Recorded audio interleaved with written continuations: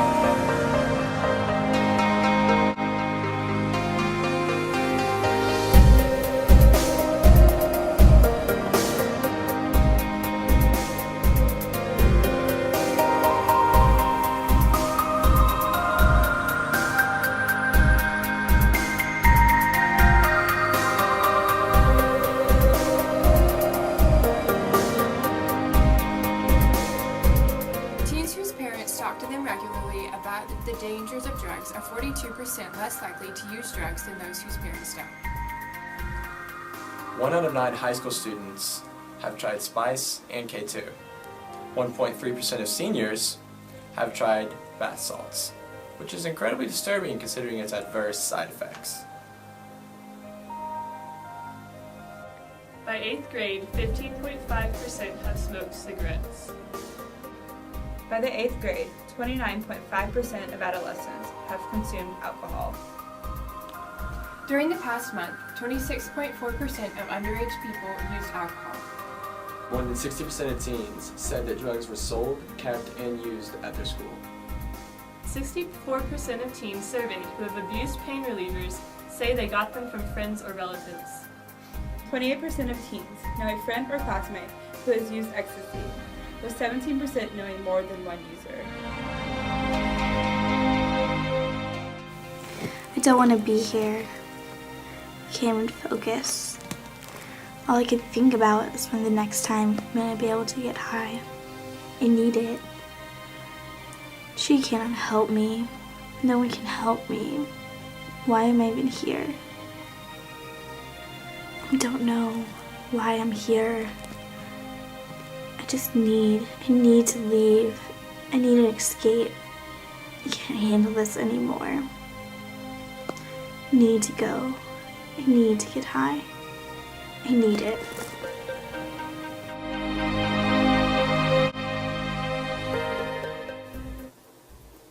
More teens die from prescription drugs than heroin and cocaine combined.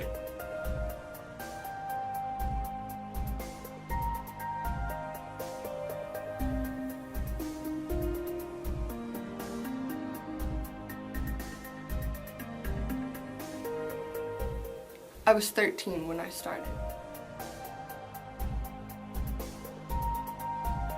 I did it because I was bored, it was fun, and I felt cool. I was always alone, and drugs were my escape. My first drug was marijuana. Mary Jane, the blunt, I loved the high. I felt unstoppable. Nothing could hold me from doing what I wanted to do. I soon started to turn to other hard drugs. Heroin, cocaine, meth, whichever one made me feel the most high. I liked it. I did drugs everywhere. Anytime no one was around gave me the opportunity to hit. I went to school high, bloodshot eyes. I didn't care what anybody had to say. I actually didn't know what they were saying. Rebecca, what are you doing? You were supposed to pick up your brother an hour ago. What's wrong with you? Are you listening to me? Did you even go to school today? I don't know what to do with you anymore. My life was in shambles. I had to get it together. So I did.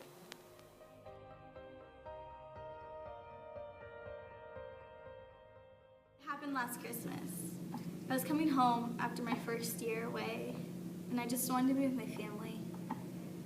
I was rushing home, just ready to open up the door and to get the biggest hug. And then I saw my parents' face, the sadness in their eyes. And I knew something bad happened.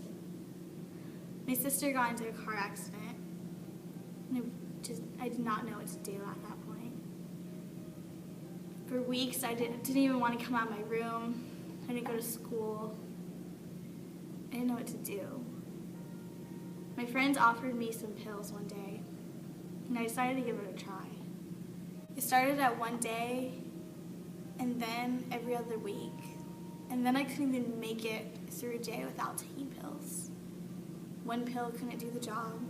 2, I ended up using like half a bottle a day, and it still wasn't enough. It wasn't being numb enough, so I looked for harder drugs. I looked for harder pills. It got expensive, but I made my way. I got it, and I do it every day.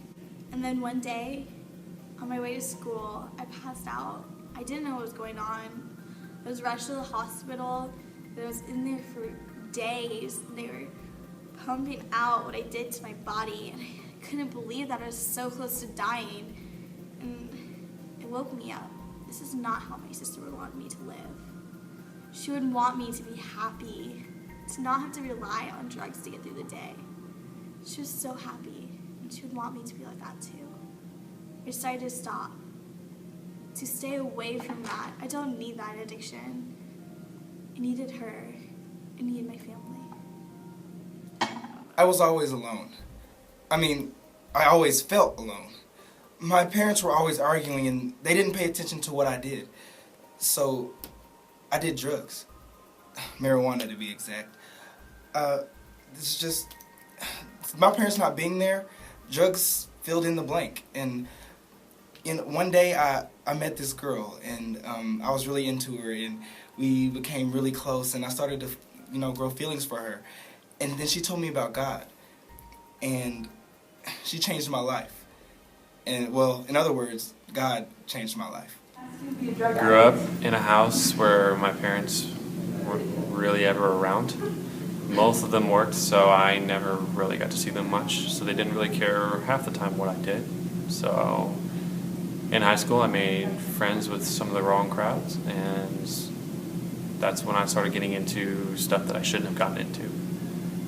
Basically, weed is what I got into, which was the worst choice of my life. It wasn't until about senior year of high school that I actually started hanging out with some different people, actually started going to church a little bit more, and met some friends who introduced me to God, and that's basically where I finally got turned around. And I got back on my feet, and I was introduced to a whole new life, and I've never looked back since. It was sophomore year of high school, and played baseball.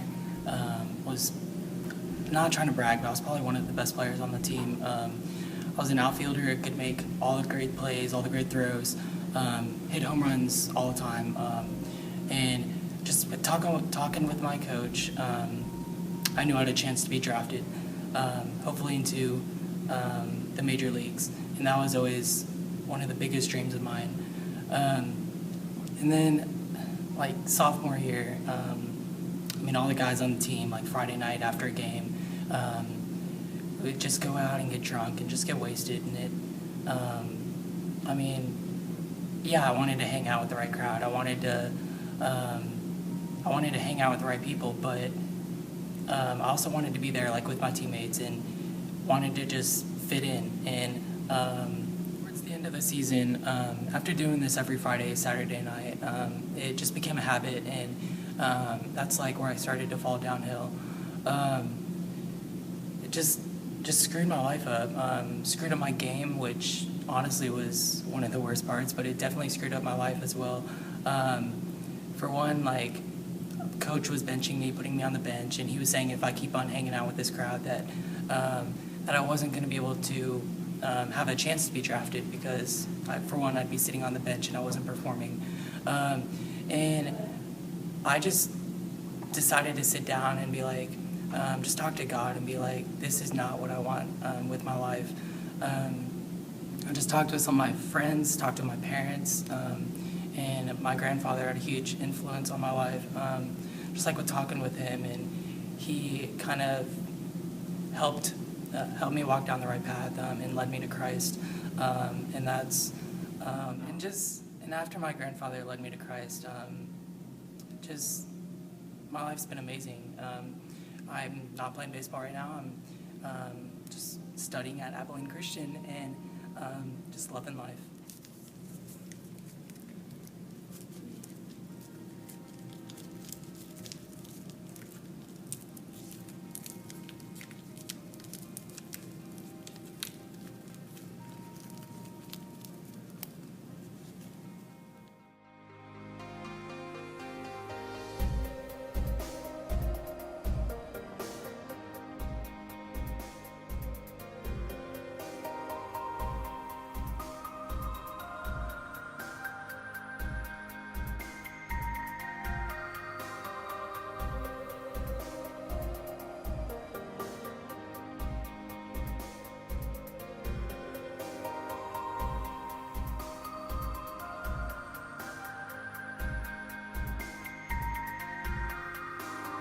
Today, class, we're going to talk about drugs. What you should do and what you shouldn't do. What you should do is say no. What you shouldn't do is do drugs. When you do drugs, you know, that really hurts not only yourself, but that hurts me. Because I'm your teacher. I'm supposed to be a positive role model to you. And you don't take that. So you know what? I'm going to tell you 3 ways of how to stay away from drugs. Number 1, say no. Number 2, don't do it. And number 3, don't do it. You see, guys, if you have a problem, just come and talk to me. I'm always here for you, no matter what. I'm your teacher. That's my job. And although you may be afraid or timid, I will always be here for you, no matter what. So I hope you guys learned something great from this lesson today. Thank you.